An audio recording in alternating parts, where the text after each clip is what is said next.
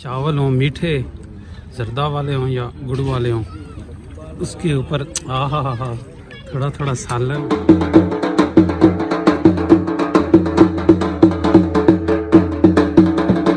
या अल्लाह हमारे वो गुनाह माफ़ फरमा जिनकी वजह से हमारी शादी रुकी हुई है, और शादीशुदा जो है ना वो रुकी निकाल के पड़े। अस्सलाम वालेकुम दोस्तों, कैसे आप सब? उम्मीद करता हूँ आप सब खैरियत से होंगे, फिट फाट होंगे। तो आज का व्लॉग बारात का है। बारात बिल्कुल रेडी हो चुकी है, दूल्हा बिल्कुल तैयार हो गया। मुझे थोड़ी सी लेट हो गई है, थोड़ा सा मसरूफ था मैं। अभी फ़िलहाल तो फौरी निकलते हैं, हमने दूल्हे को हार पहनाना है, तो फ़िलहाल फौरी निकलते हैं। 2 बज गए भाई साहब, मैं थोड़ा सा लेट हो गया हूँ। तो पहुँच रहे हैं हम, फ़ोन पे फ़ोन आ रहा है, कॉल पे कॉल किए जा रहे हैं, बड़े परेशान खड़े हैं। तो अभी हम बस पहुंचने वाले हैं, पास ही उसका घर है। A few moments later.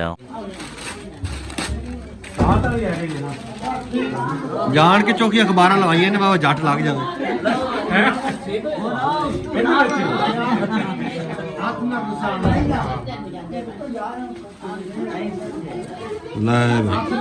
मेरा खैर कर लो।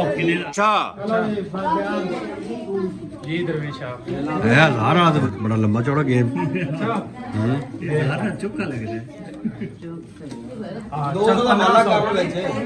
अच्छा पूरा 1200 लिखना ही, 200 हरदा ते उत्ते 1000 रुपया लग्या होया ते 50 रुपया किराया।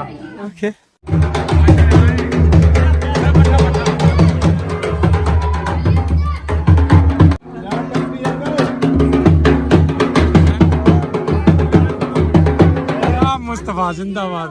और सुना, राती नहीं आया यार तू? यार कोई गल है करना नहीं।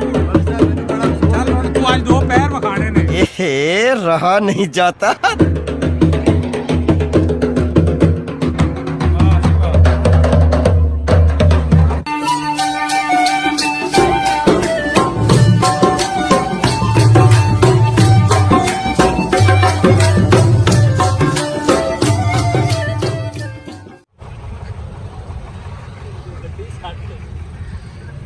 यार ध्यान नाल, आज पता लग गया ना तेनू आ किस तरह रखने ने। आज तो सही चलाना है, ठीक है ना?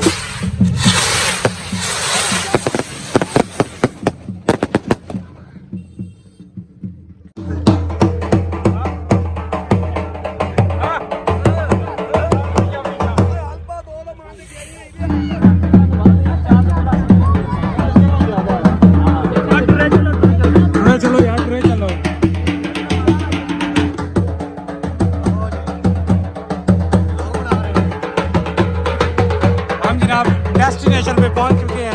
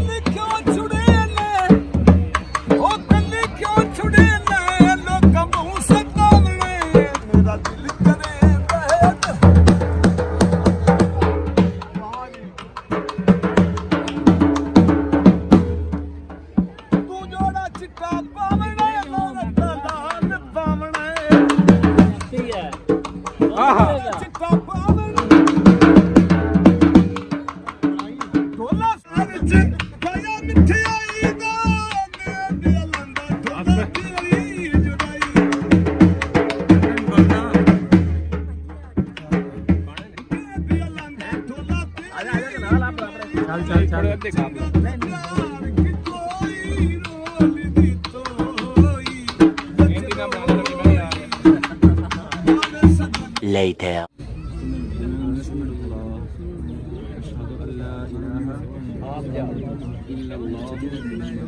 وحده لا شريك له واشهد ان بطور وكيل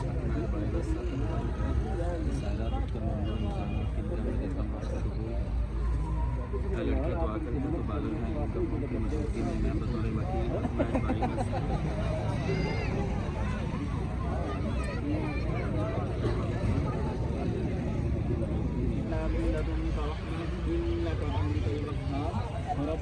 मैं 20 minutes later.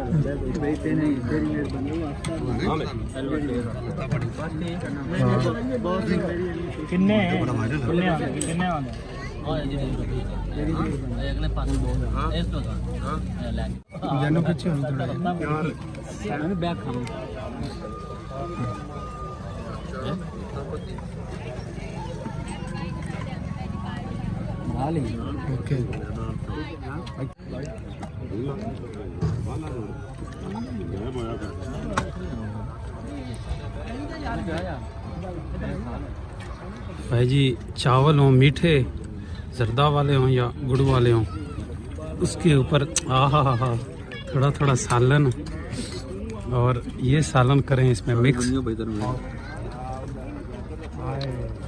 मजेदार।